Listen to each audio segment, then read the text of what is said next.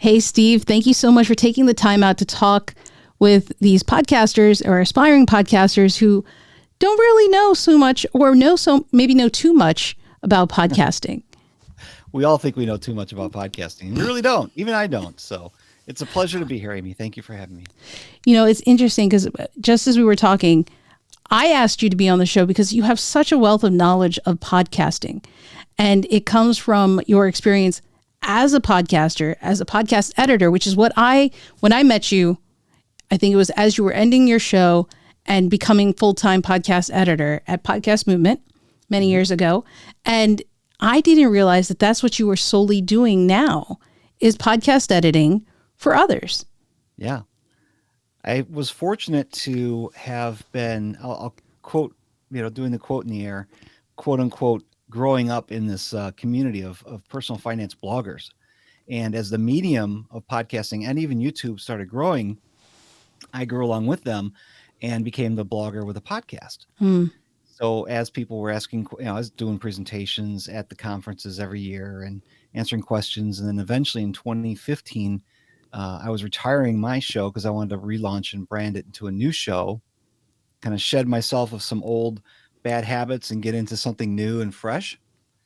And I had somebody else come up to me, a couple of famous bloggers wanted to get together and do a show. And they said, "Hey, Steve, we want to do this show. We've been talking about it for about a year and we still haven't done anything about it because we don't want to learn how to edit." And they asked me if I'd do it for them. I said, "Sure, I got to charge you for it." And bam, as soon as that started, we launched the show and then everybody started hearing, "Oh, Steve does the editing. We know Steve, he's from FinCon." So all my FinCon peeps started calling me and I had a full-time business within 6 months. And I had to give everything up that I'd doing. I didn't launch that new show. I had retired the old one already. I had been working on a financial coaching business, which was what the podcast was marketing for. Mm-hmm. I had retired. I had to get rid of that in 2016 too, because the podcast editing just took over my life, and I love it. Yeah. So that's the part. That's the part. You love it. And I think a lot of people, just as your example that you just shared, right? Those bloggers who we want to do a podcast, but we don't want to edit. We don't like to do it. And I think a lot of people think they have to edit. Now, I'm a believer that if you should at least try to edit at least one or two episodes, know what you're doing kind of thing before you pass it over to someone. But a lot of people don't want to do that at all. And so some will even go and say, well, I'm just not going to edit. I'm just going to put it out there. What is your take on editing versus not editing a podcast? Well, you're giving great advice by saying you should try it yourself first. Because then if you do outsource it, you're going to know how to communicate better with somebody that you're going to be working with. As far as editing or not editing, that's going to be dependent upon the podcaster and their resources, their ability to be able to get somebody to help them with all of this stuff. You might have somebody who thinks that, they need to have an editor, but they just don't have the resources to do it with. And I get that. Doing it yourself is going to help. It is going to cost you time, though. Recent studies, well, I wouldn't even say recent studies. Everybody will tell you it takes 3 to 4 times the length of your audio to edit it if you're going to do a decent job at it. So if you think of it's a 60-minute recording, it's going to take you 3 to 4 hours to edit the show. And that's a lot of time. I mean, that's a half a day of work just editing the show. That's not even coming up with the idea, getting a hold of guests, booking the guest, recording the guest, and then publishing and doing all that stuff. So there are reasons not to, but there's so many reasons to edit a show. And if you think about it, you don't read books that start off with, in this book, you will, like show notes start with in this episode. And you don't see ums and ahs in books. You don't see them in television shows, even reality shows. You don't see too many times where people saying, it seems kind of obvious that it's not, it's kind of rehearsed, right? So why would we accept that in a podcast interview? Now, some of them are fine. Obviously, we're not trying to be perfectionists. That's not, most of the people I think that are watching the show are not perfectionists. We're not creating NPR type narrative shows. But there is a level of annoyance that comes after a little bit of too many ums and ahs and and likes, you know what I mean? Right? And if I say right in the middle of every right sentence, right? So when you take those things out, and if you do it right, the audience doesn't even know it. They just know that they like your show, and there's fewer obstacles getting in the way of them liking your show. And I think we can all agree the fewer roadblocks it takes to get somebody to listen to our show, the more they're going to come back, the more they're going to recommend it, the more you're going to get downloads from people who like to listen to your show. I think it's almost like having a first draft and then, of a book or a first draft of a script or a first draft of anything. And then just like you said, there's levels to it.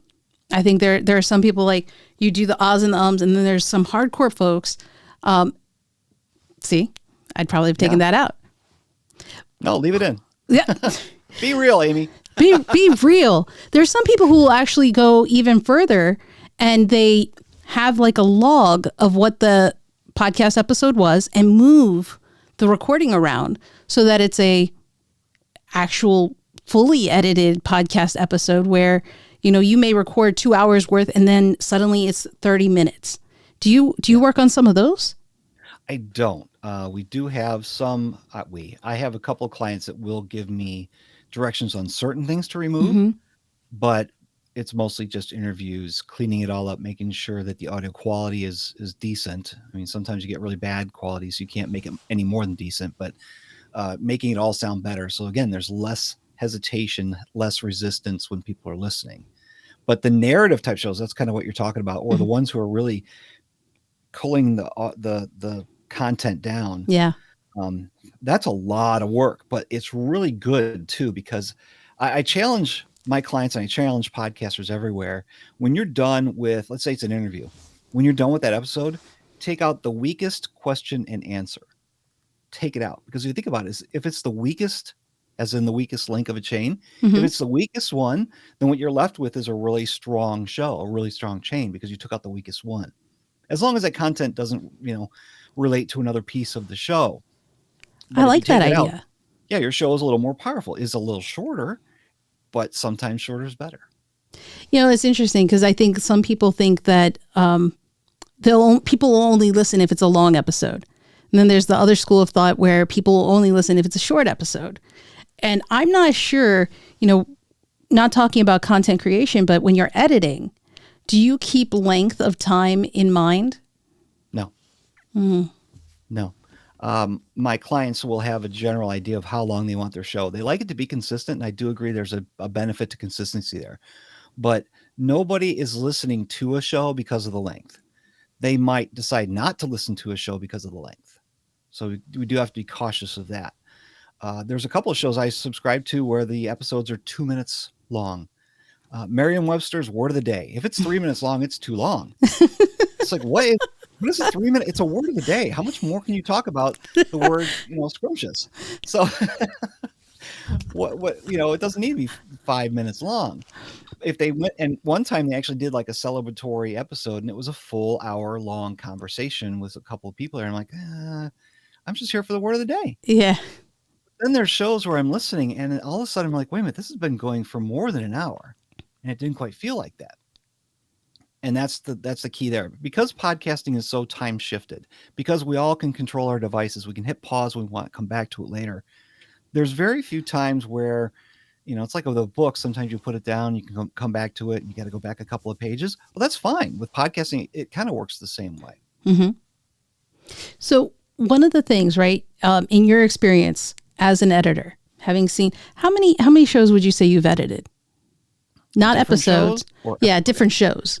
Oh gosh, I'd have to go to my Podchaser page and take a look, because I put them all there. But I'd say we probably have had 40 different shows, at least maybe 50 over time. And guys, that's just shows. That's not even episodes from those shows, which is probably up there just as much. And of that, in your experience, what would you say is the number one thing you wish podcasters knew before they recorded to help with editing? Well, we're not going to be talking about the editing piece here. We're going to be talking about the content creation part. Always, if you're doing an interview over the internet, always wear headphones or earbuds. Always, always, always. I don't care what the software is. I don't care that, you're in a soundproof room. Always wear headphones, because you don't want the audio to come back out of your speakers into the microphone you're speaking into. If Amy and I were to speak at the same time, her audio would come out of the speakers, go into my microphone at the same time I'm talking. How does the software know what to take out? How to block her voice? Whereas it does really good if I'm not talking and you talk, it knows how to do that. The noise cancellation works there, but it doesn't hurt to wear headphones or earbuds. That's number one. Number two is to do a microphone check. In fact, Amy, we didn't do this before we get on, so I'm gonna direct it. And the people who are watching the video, this is great. I'm gonna do what's called the scratch test. You see the microphone head here is red, and if you can hear me scratching on it, that means my mic is getting picked up. Did you hear that, Amy? Yes, I did. Yes. Now, if I were to tap on it, did you hear that? I did. Okay. But that wasn't me tapping on my mic. That was me tapping on my desk. So if, let's say, my webcam were to pick up the audio and I just tapped on, hey, what's that? Can you hear that? You'd say, yeah, I heard that, but it's not coming from my mic. It's coming from my webcam, and that's not the ideal recording device. So always do a scratch test. Hey, Amy, did you hear that? Yes, I did. All right. So as a host, I'm going to say, hey, guest, I'm going to real quick do this test. Tell me if you can hear my microphone. Scratch, scratch, scratch. They say yes. Okay, great. Guest, will you do that for me now? So they don't feel so awkward about you asking them, hey, I want to check your system, make sure it's all working right. So Amy, I'm going to ask you as a guest. Yes. Even though you're the host of the show, can you scratch your microphone for me?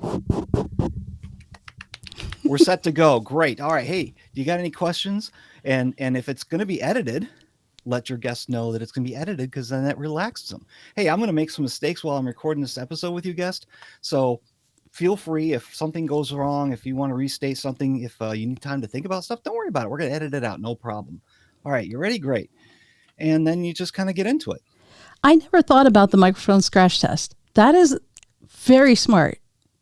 Yeah. I'm sure I heard about it from somewhere else. I just can't tell you Sure, who it was. but it's helpful, because I have had times where, and in that instance, I think I would have saved time if I had done the scratch test up front versus let's go through what you have. So, to kind of figure out where is the sound coming from.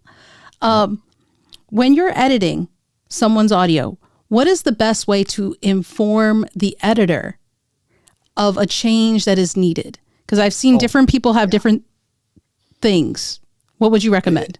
It's funny. I just did a live stream demonstration about this, and it's out there for the public. So I'll give Amy the link to the video if you want to watch it. But I gave different suggestions on how you can cue or inform your editor about changes, both in the recording and after the recording. Mm-hmm. So in the recording, it's real easy. You just talk to your editor. You say, "Hey, Steve, take that out." I get that a lot from a couple of my clients. In fact, I have one show where the co-hosts, one's trying to get the show done, the other one's just trying to crack the other guy up, and it gets blue sometimes, and the blue stuff has to go on the cutting room floor. So they're laughing their butts off at this really gross joke that one of them said, and they're like, "Okay, Steve, take that out." I was like, "Well, obviously," but they're letting me know where to begin. Right. Another thing is, and this is the same guys that do this, when they get themselves ready to go again, they'll cue me by saying 3, 2, 1. And they'll leave a second of space there. You need that space there, because if you just go 3, 2, 1, oh, by the way, the answer really was, where's the edit point? I'm stuck. You gotta bring it down. Yeah. So leave a little space there, but you're cueing your editor as to, or if you're doing the editing yourself, you're seeing a little bit of space in the waveform. You're like, okay, what's this gap here? Oh, that was a place I needed to restart. So, visually you can actually see the point of restart as well. So that's just a couple of ways. Post-production, if you know that somewhere in, Amy and I have been recording for 10, 15 minutes now.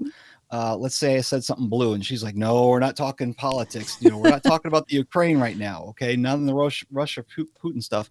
Then she's going to make a note and she's going to say, okay, about 15 minutes in. And then she's going to tell her editor, hey, somewhere about 15 minutes in, we talked about Putin. And then they'll know to look for that. You can't just say, hey, somewhere we talked, can you take out the Putin thing? Okay. I'm looking at a waveform that's 60 minutes long. Where do I see the word Putin? You don't. So just get you in the ballpark. I have had a few interviews where there is something said where I was like, oh, I can't believe they said that. Awkward. And have made a note for my editor and just put it in a text file to say, hey, here are the notes for the episode. Be on the lookout for this, or dog barking here, or whatever the case is. But I will say that when you tell someone, hey, this episode is going to be edited, so it totally does relax them. And Yes. they've been empowered to say, hey, can I try that again? And I've found from previous episodes I've done to this, I find that my guest is a lot more relaxed Hmm. when they're given that power. And go ahead and hit the record button when you get connected. Don't wait. Just have it recording.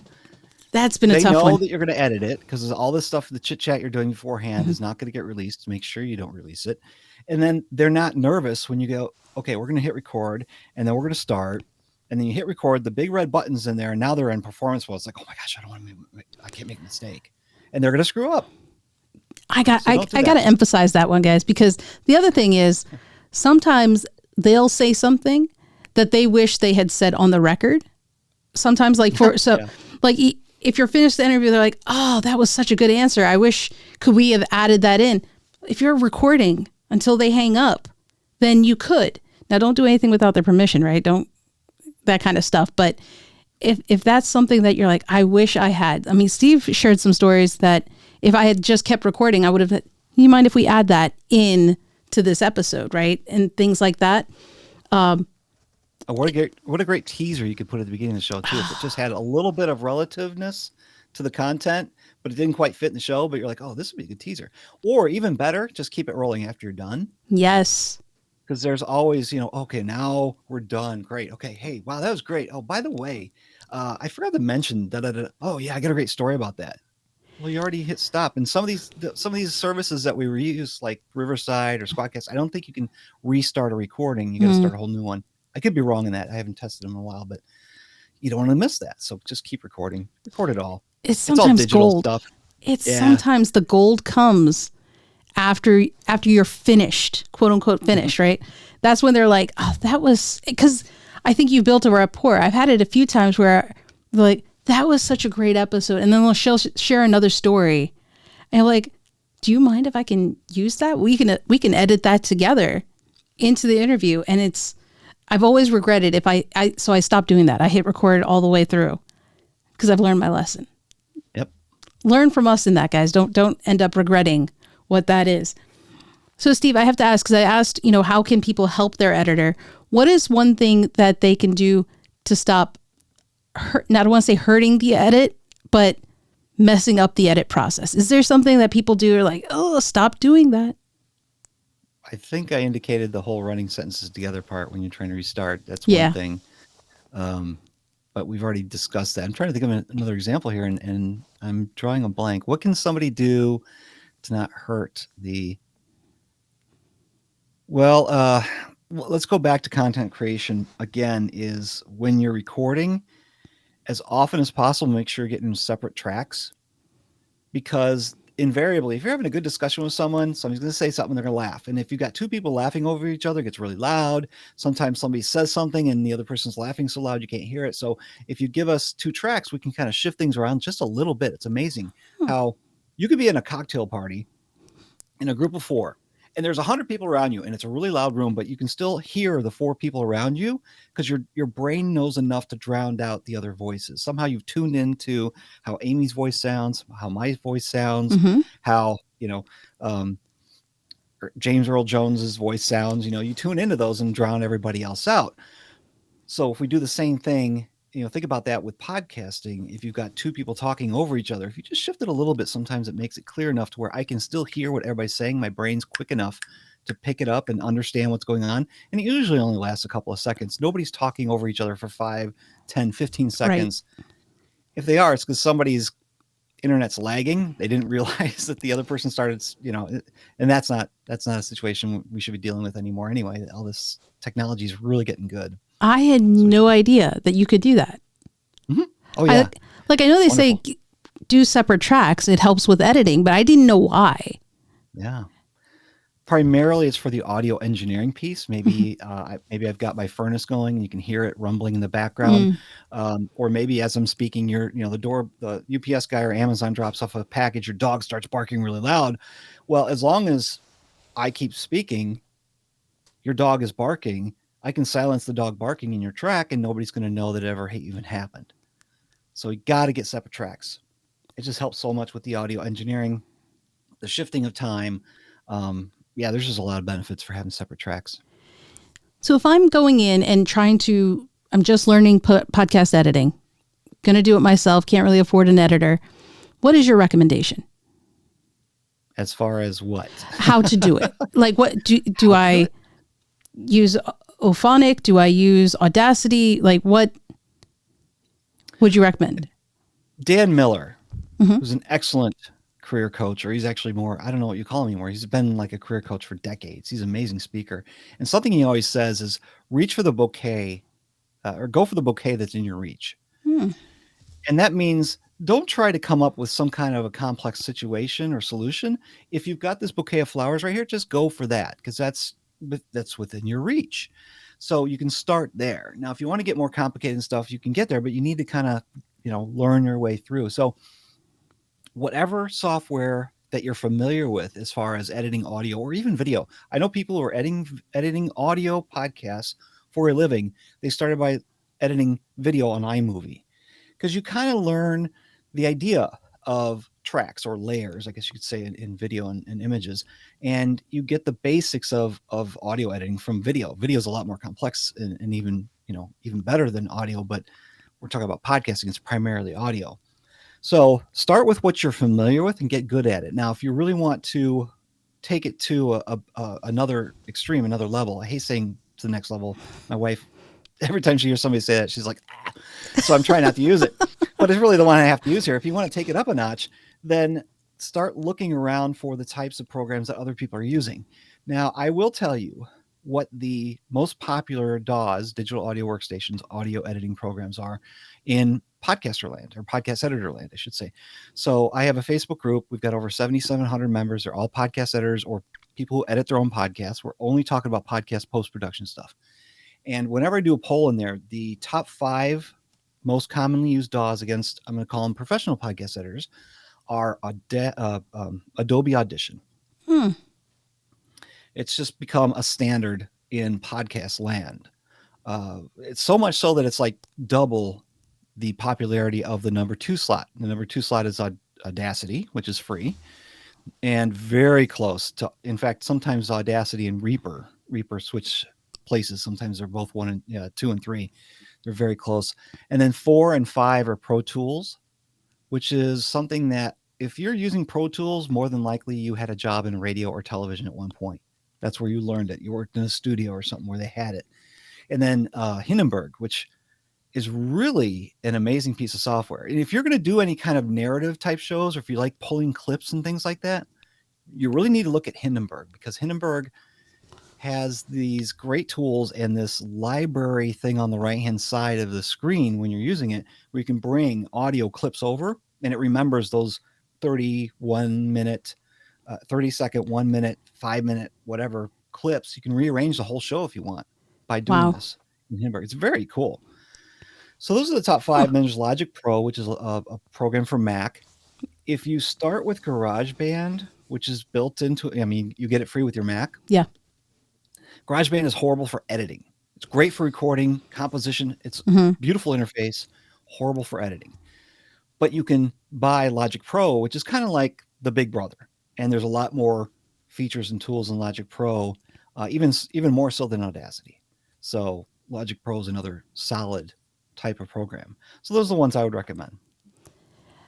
There's so much to podcast editing that I didn't even like. I'm learning stuff today that I had no idea about. Right. And I did my first podcast show. I edited myself. After that, I've outsourced it because there are people who are passionate like yourself who are into it. So I'm like, more power to you. I'm happy to help fill your plates with audio for you to edit. What is something you would leave for people who are listening in terms of podcast editing as like my final advice to you would be? It's a very generalized question. My final piece of advice for someone who's trying to get into editing their own show and in editing shows for others, make a career out of editing their own show. Okay, editing their own show. It's going to take time. A couple of tips you can do with whatever DAW. Well, I can't say with whatever DAW you use, but learn your software if it has programmable keyboard shortcuts. get to know them, or program them yourself. One of the biggest time savers I have ever come up with using Audacity. Audacity is my main DAW because I've been using it since before podcasting existed. So it was the DAW. I knew it was the bouquet of flowers within my reach. I've learned to program the keys on the left-hand side of my keyboard to be the keyboard shortcuts I use most often. That allows me to keep my eyes on the screen, do keyboard shortcuts with the left hand, and my right hand always stays on the mouse. The mouse never has to go scroll up to the top of the toolbar to do something. It's staying within the waveform. It's searching for the next and my left hand is doing the amplify, the silence, the delete, I've got all my keyboard shortcuts on the left, almost all of them, probably about 95% of them on the left-hand side of the keyboard. It just works. So that would be a good tip. Just make sure you get to learn your keyboard shortcuts, and if you can program them yourself, make it make sense to you. I attended a session with Daryl Darnell when he spoke at Podcast Movement for that very thing and was sharing it. I'm like, my time I probably saved 25% of my time because of that. That's amazing. I mean, I underestimated the power of it. I just didn't realize, what it could do until I saw it in action and then tried it. It takes a little practice, guys. It takes a little bit of practice, but have you programmed your shortcut keys with Audacity in other DAWs that you use as well? Not really. I have programmed my Mac. There's Apple keyboard programs you can use, or not programs. You can program keyboard shortcut type things with your Apple, and I do that for other programs. Like I use F4 to convert the file to MP3. It used to be F3, but then it stopped working, so I had to make it F4. MP3, F3 made sense, right? Yep. F3 is my command for ID3 editor when it's open, to then open up the folder where I have all of my clients' templates. So rather than spending time adding ID3 tags to an MP3, which really is irrelevant these days, but I still do it because it just keeps me organized. Anyway, we won't go into that detailed, but it's just F3 opens it up, click the one that I want, put in the title, put in the description, and then I'm done. It's not even 30 seconds. So the keyboard shortcuts that I use on my Mac are kind of Mac specific, and I think you could probably do the same with Windows. And there's programs out there that'll help you do that too. Customize it. Keyboard. Yeah, I think Keyboard Maestro is one for Mac. I don't know if they've got a Windows version, but and that does a lot more than just keyboard shortcuts. Yeah, I'm more familiar with the Mac stuff too, guys, but there are resources on Google and stuff where you can find Windows equivalents to what we're saying. Steve, there's been so much knowledge here dropped. How can these guys find you online or learn more about what you're doing with Podcast Editor Academy? Well, the best thing they can do if they're looking to create a business as a podcast editor, or just even learn how to do editing better and get into more of the business type stuff, podcasteditoracademy.com. If they want to join a community of podcast editors where all we do is talk about post-production, we're not talking microphones, we're not talking mixers, we're not talking about Zencaster and Squadcast, we're not talking about Libsyn versus Captivate. It is post-production. That's Podcast Editors Club on Facebook. And then if they want to reach me, they can just find me at stevestewart.me. And guys, I'll have all of those in the description that you can find. Steve, thank you so much for your time and just being able to share some of your wisdom from your experience with these guys. Thanks, Amy. It's my pleasure.